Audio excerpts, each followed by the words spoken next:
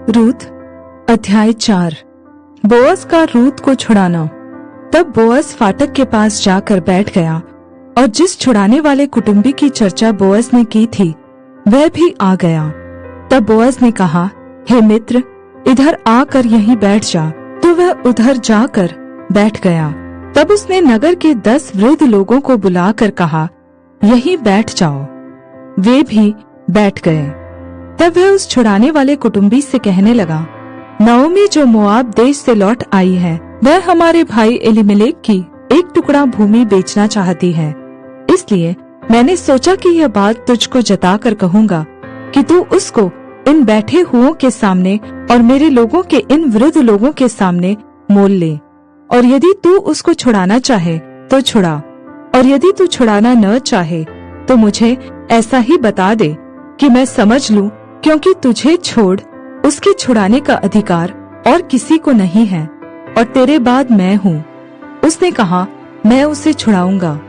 फिर बोआज ने कहा, जब तू उस भूमि को नाओमी के हाथ से मोल ले, तब उसे रूत मोआबिन के हाथ से भी, जो मरे हुए की स्त्री है, इस मनसा से मोल लेना पड़ेगा कि मरे हुए का नाम उसके भाग में स्थिर कर दे।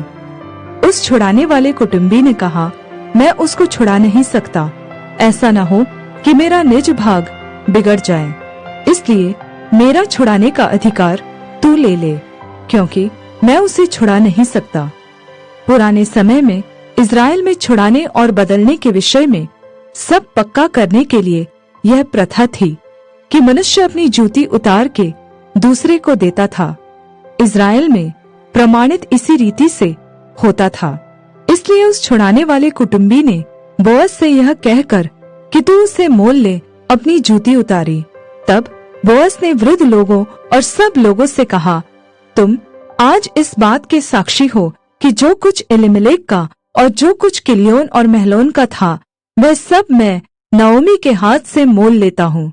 फिर महलोन की स्त्री रूत मोआबिन को भी मैं अपनी पत्नी करने के लिए इस मनसा से मोल लेता हूँ कि मरे हुए का नाम उसके निज भाग पर स्थिर करूं। कहीं ऐसा न हो कि मरे हुए का नाम उसके भाइयों में से और उसके स्थान के फाटक से मिट जाए। तुम लोग आज साक्षी ठहरे हो। तब फाटक के पास जितने लोग थे, उन्होंने और वृद्ध लोगों ने कहा, हम साक्षी हैं। यह जो स्त्री तेरे घर में आती है, उसको यहोवा इज़राइल के घराने की 2 उपजाने वाली राहेल और लिया के समान करे, और तू एप्राता में वीरता करे और बैतलहम में तेरा बड़ा नाम हो। और जो संतान यहोवा इस जवान स्त्री के द्वारा तुझे दे, उसके कारण से तेरा घराना पेरेस का सा हो जाए, जो तामार से यहूदा के द्वारा उत्पन्न हुआ। बोअज और रूत का वंश।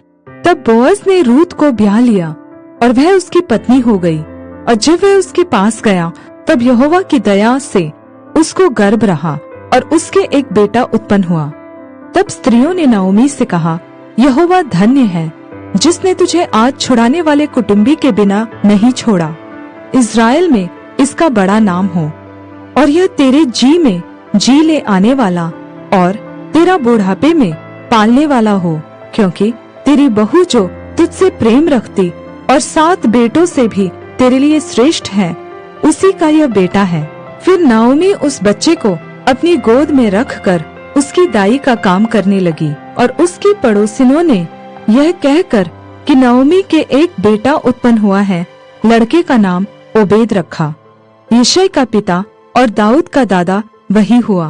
पेरेस की वंशावली यह है, अर्थात पेरेस से हेस्रोन, और हेस्रोन से राम, और राम से अमीनादाब, और अमीनादाब से नहशोन, और नहशोन से सलमोन, और सलमोन से बोअज, और बोअज से ओबेद, और ओबेद से यिशै, और यिशै से दाऊद उत्पन्न हुआ।